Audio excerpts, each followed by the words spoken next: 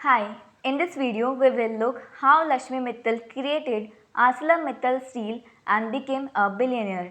मित्तल जब 26 की एज में थे तब उन्होंने 1976 के अंदर अकेले एलिमेंट ग्रुप स्टैब्लिश किया था और वो तभी से अपने बिजनेस की डेवलपमेंट के लिए रिस्पॉन्सिबल हो गए थे। उन्होंने सबसे पहली स्टील मिल खरीदी थी इंडोनेशिया के अंदर जो कि 26,000 टन प्रोड्यूस करती थी और एनुअल $1 मिलियन का प्रॉफिट जनरेट करती थी।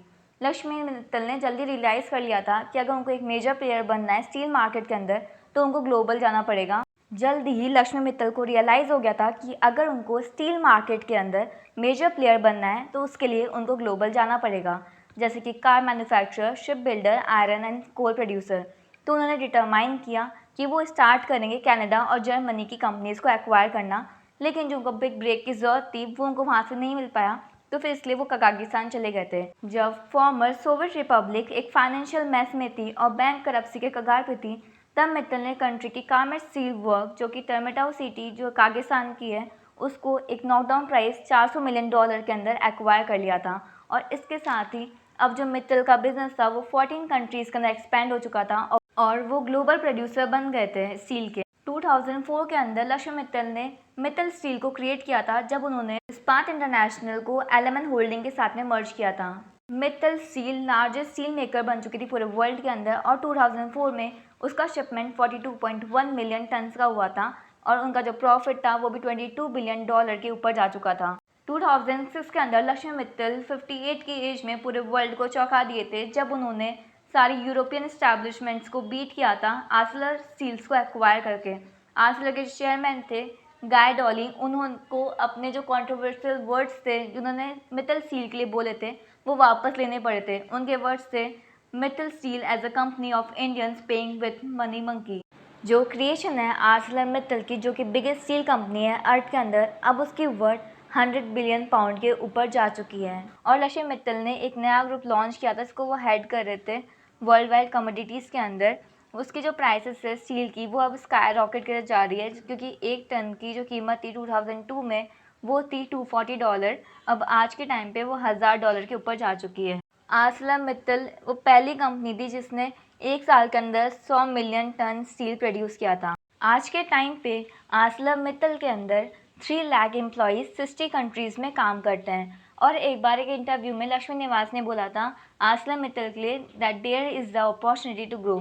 जब उनसे पूछा गया टू व्हाट साइज़, तब उन्होंने बोला कि वो 150 से $2 मिलियन टन का प्रोड्यूस कर सकते हैं एक साल के अंदर। लक्ष्मी मित्तल को हमेशा प्राउड है अपने इंडियन होने, लेकिन उन्होंने हमेशा अपने आप को एक ग्लोबल सिटीजन माना है।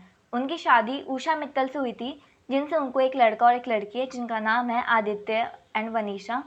उन्होंने न्यूज़ के अंदर वो बहुत ज़्यादा फेमस हो गए थे जब उन्होंने अपनी बेटी वनीशा के लिए लंदन के अंदर कैंगिसन पार्क गार्डन्स के अंदर 3rd प्रॉपर्टी खरीदी थी। लक्ष्मी मित्तल हर स्टैंडर्ड से एक बिलियनर थे और इसलिए उनको एक नेशनल आइकन भी ट्रीट किया जाता है इंडिया के अंदर। लक्ष्मी मित्तल को अपने स्टील के प्रोडक्शन को कंसिस्टेंट रखने के लिए कुकिंग कॉयल और आयरन ओर के सिक्योर डिपॉजिट की ज़रूरत थी।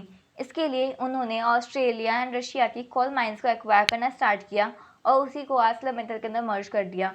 आर्सलर मित्तल अब 45% जो उसके आयरन ओर की रिक्वायरमेंट होती है वो खुद ही की सप्लाई से मीट कर लेता है। बाद में लक्ष्मी मित्तल ने शिपिंग और रेल के अंदर भी अपना इन्वेस्टमेंट करना स्टार्ट कर दिया जिससे कि वो अपने ट्रांसपोर्टेशन कॉस्ट को कम कर सके।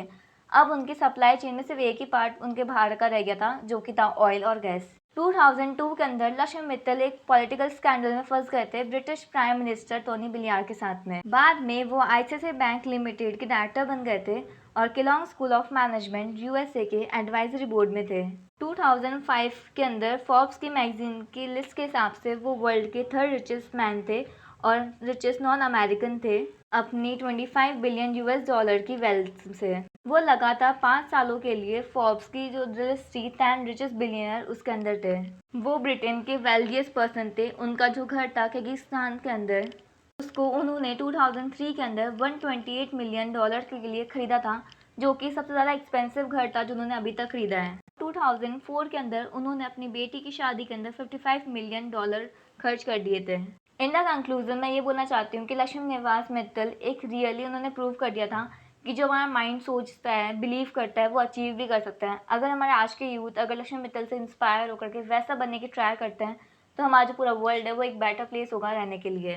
If you like my video, then hit the like button, subscribe it and press the bell icon, and don't forget to share with your friends. Thank you.